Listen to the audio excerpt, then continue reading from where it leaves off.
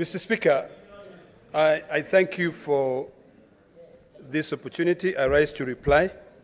And Mr. Speaker, I've listened to all our colleagues make contributions. And as I reply, Mr. Speaker, there are a few things that I think are important that must be clarified for particularly the new members who have come here, so that when you make a decision, either way, you know the beauty of debates, Mr. Speaker, is that you either for or against. My job is to persuade you to find it fit to support the motion, but with reason. Debate, when I was in school, I was taught that debate enriches skills. It also challenges you to be able to think outside the box. Mr. Speaker, during the submissions of our colleagues, one of our colleagues have indicated clearly that it is important for the governor to be able to come to this plenary so that she can be able to defend herself and all senators get a chance to cross-examine her. Mr. Speaker, I want to correct that assertion.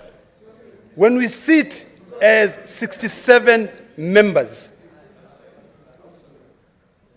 of the Senate, we'll only sit as a jury.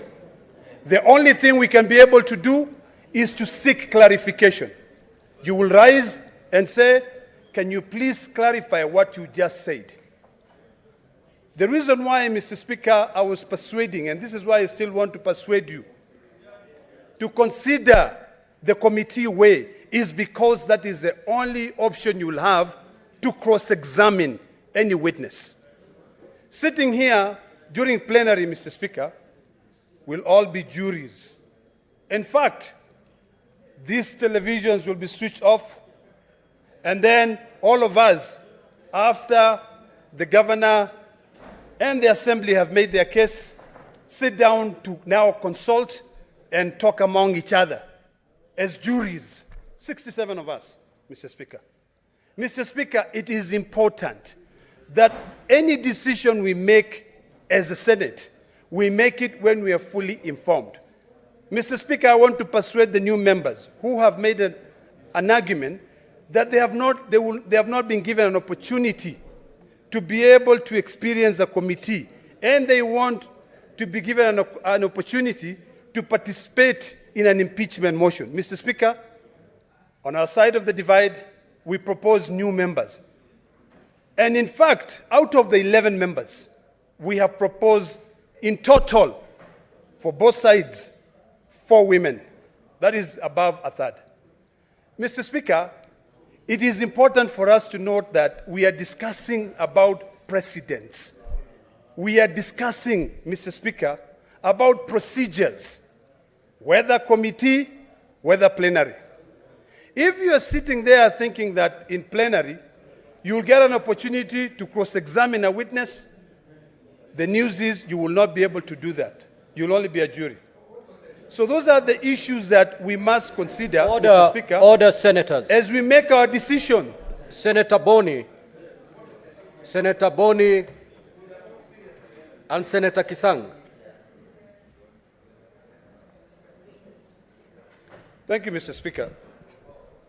Mr. Speaker, we are a new democracy. In fact, now I'm happy that soon we'll be celebrating 60 years of independence. We have chosen a presidential system of governance. In the United States, Mr. Speaker, during an impeachment process, a group of representatives who are referred to as managers prosecute the matters and then submit. Once the charges have been read, they prosecute the matters and then submit a report for the full House to debate. We are quite far, Mr. Speaker, when it comes to the issue of understanding issues to do with the impeachment process. And I know, Mr. Speaker, and I want to persuade my colleagues that I know that we are sitting here, and in most cases, Mr. Speaker, what drives us is our political affiliation, Mr. Speaker. I want to remind us, and as I persuade you, as I close, Mr. Speaker, I want to persuade you that whatever happens today, remember it will go on record. It is something which will be able to help build this Senate. I know as you sit there, you've made up your mind.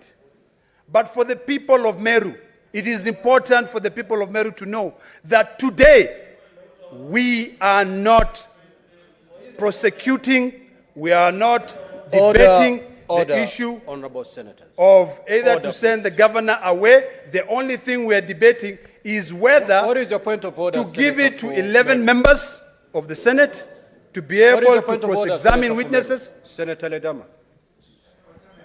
Honorable Speaker, it is very unfortunate that I did not get an opportunity also to speak on this particular matter which is touching on my county. But Mr. Speaker, you know, Honorable Ledama, Senator Ledama convinced us enough.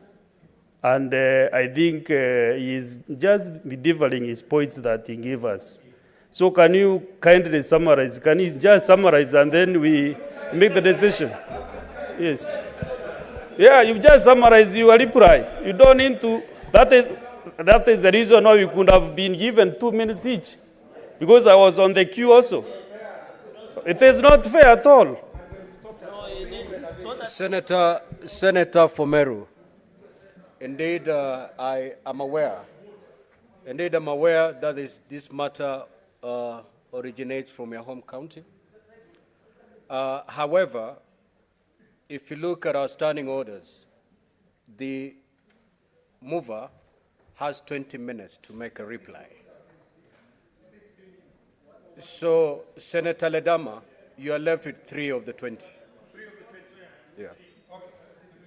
Yeah. Mr. Speaker, I thought I was left with 17 of the 20, but I will respect. The 3 minutes now you have within 2. 3 minutes, Mr. Speaker, I want to conclude as follows. You know, we can make all the noise. And, Mr. Speaker, please. Order. What is the point of order, Talk to Senator Cherargei. Freeze my time. Mr. Speaker, I needed for future engagement. I'm raising understanding order number 98, number 103, number 47, 48, and number 111.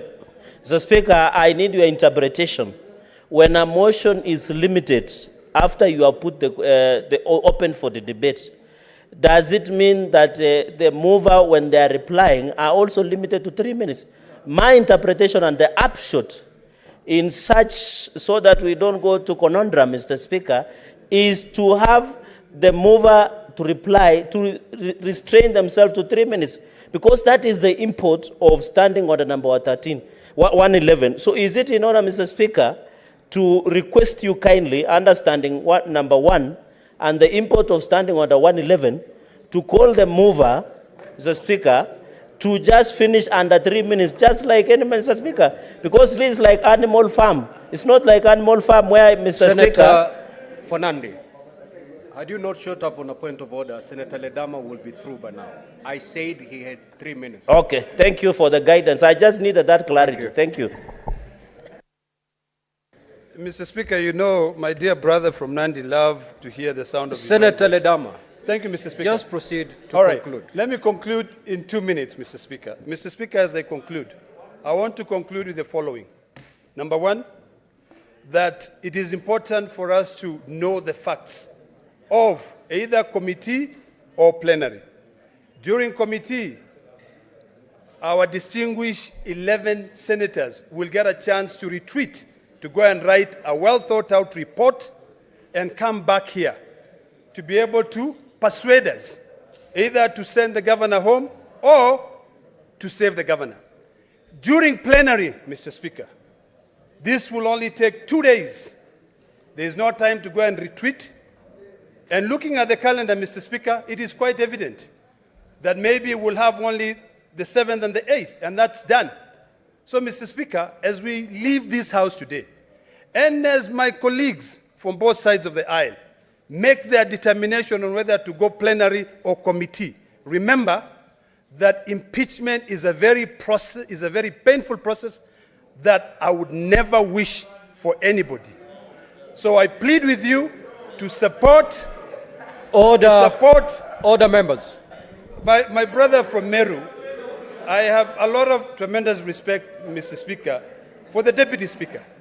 But the Deputy Speaker, being the Deputy Speaker, sits in that seat, knows the rules of debate. The issue here is this. Let us not make it a shouting matter. I am trying to convince you, if we bring Narok here, I'll be sitting here, you will tell me the same thing. So, Mr. Speaker, I beg to reply, and I request you to support. Thank you. Now, honorable senators, as you may notice, this is a procedural motion. It does not go to the substance of the subject of impeachment. It is a procedural motion. And therefore, pursuant to Standing Order 84-1, I will proceed to make my determination, which is it does not affect the counties, being a procedural motion. Senator Eddy, I will throw you out. And therefore, I will proceed now to put the question. At the end of the question, voting shall be by voice.